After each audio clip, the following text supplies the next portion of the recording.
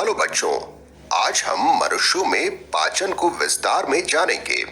जैसा कि हम जानते ही हैं, पाचन के द्वारा हमारे द्वारा खाए गए जटिल तत्व सरल तत्वों में परिवर्तित हो जाते हैं, लेकिन विभिन्न प्रकार के जटिल पदार्थ सरल तत्वों में कैसे बदल जाते हैं? तो ये रासायनिक परिवर्तन द्वारा परिवर्तित होते हैं।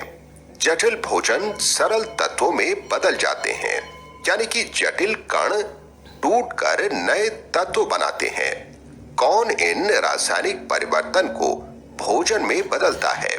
चलिए हम पाचन की क्रिया को विस्तार में जानते हैं। जब भोजन आहार नाल यानी कि डाइजेस्टिव ट्रैक्ट से गुजरता है, विभिन्न रसायन भोजन कणों पर प्रतिक्रिया करते हैं। मुख गुहिका के विभिन्न भाग एक ऐसा तरल स्रावित करते हैं जिनमें ये रसायन होते हैं, और हम इस तरल को पाचक रस कह सकते हैं, क्योंकि ये भोजन को विघटित करके पाचन करता है।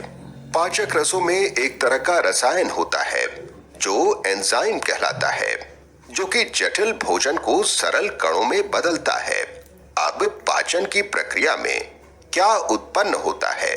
भोजन में विभिन्न पोषक तत्व जैसे कार्बोहाइड्रेट, प्रोटीन, फैट और विभिन्न रसायन होते हैं। विभिन्न पोषक तत्व विभिन्न रसायनों के साथ इस प्रक्रिया में भाग लेते हैं, इसलिए वे विभिन्न सरल तत्वों में विघटित हो जाते हैं। जैसे कार्बोहाइड्रेट्स विघटित होकर ग्लूकोज में बदल जाते हैं, प्रोटीन्स विघटित होकर सरल एमिनो एसिड में बदल जाते हैं, फैट्स विघटित होकर फैटी एसिड और ग्लिसरॉल में बदल जाते हैं। अब ये क्रिया कहाँ संपन्न होती है? मुख गुहिका में।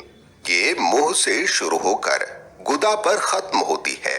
मुख गुहिका को आहार नलिका या एलिमेंटरी कैनल भी कहते हैं। तो चलिए हम शुरुआत से देखते हैं।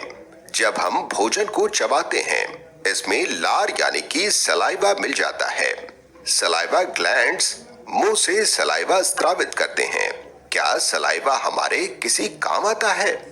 सलाइवा में एंजाइम होते हैं जो कि स्टार्च का विखंडन करते हैं। न सिर्फ ये, बल्कि सलाइवा खाने को भी लसलसा यानी कि स्लिमी बनाते हैं, ताकि ये आहार नलिका और ग्रासिका से आसानी से गुजर सके। भोजन मुंह से लंबी नलीनुमा ग्रासिका से होकर आमाशय में पहुंचता है। भोजन आमाशय में कैसे पहुंचता है? ग्रासिका की दीवार की संकुचन और प्रसारण से तरंगनुमा गति होती है, जो भोजन को नीचे की ओर आमाशय में धकेलता है। अब भोजन आमाशय में पहुंच जाता है। आमाशय एक थैलीनुमा संरचना है, जैसा कि आप देख सकते हैं। इसका आकार चपटे यू के समान होता है। इसके एक सिरे पर ग्रासिका से भोजन आता है और दूसरा सिरा क्षुद्रांत यानी कि स्मॉल इंटेस्टाइन में खुलता है। आप जानते हैं, आमाशय की भीतरी दीवार से हाइड्रोक्लोरिक एसिड स्रावित होता है, जो ऐसे माइक्रोब्स को मारता है जो भोजन के साथ यहाँ पहुंच जाते हैं और भोजन को एसिडिक बनाकर भोजन को पाचन लायक बनाता है।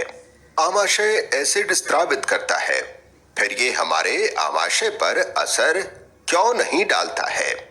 तो आमाशय की भीतरी परत म्यूकस स्रावित करती है, जो हमारे आमाशय को सुरक्षित रखता है। भीतरी भित्ति भी पाचक रस स्रावित करती है, जो प्रोटीन और फैट के पाचन में मदद करते हैं। लेकिन भोजन का आमाशय में पूरी तरह पाचन नहीं होता है। आमाशय का आधा पचा भोजन फिर स्मॉल इंटेस्टाइन में चला जाता है। इस अधपचे भोजन को काइम या अम्लान्न कहते हैं। फिर स्मॉल इंटेस्टाइन में मौजूद पाचक रस भोजन का विखंडन करने लगते हैं। स्वस्थ यकृत यानी कि लिवर अच्छे पाचन के लिए महत्वपूर्ण होता है, लेकिन खाना लिवर में से होकर नहीं गुजरता। फिर ये पाचन में कैसे मदद करता है? लिवर एक रसायन स्रावित करता है जिसे पित्त रस यानी कि बाइल जूस कहते हैं, जो फैट यानी कि वसा के पाचन में मदद करता है। लिवर एक भूरे रंग की ग्रंथि है जो पेट यानी कि एब्डोमेन के दाईं ओर होता है। ये शरीर की सबसे बड़ी ग्रंथि है। इसके द्वारा स्रावित होने वाला बाइल जूस एक सैक या थैले में संग्रहित रहता है, जिसे गॉल ब्लैडर यानी कि पित्ताशय कहते हैं। इसके बाद ये जूस स्मॉल इंटेस्टाइन में चला जाता है। यहाँ पर एक और ग्रंथि होती है जो पाचक रस स्रावित करके पाचन में मदद करती है। ये पैंक्रियाज यानी कि अग्नाशय कहलाता है।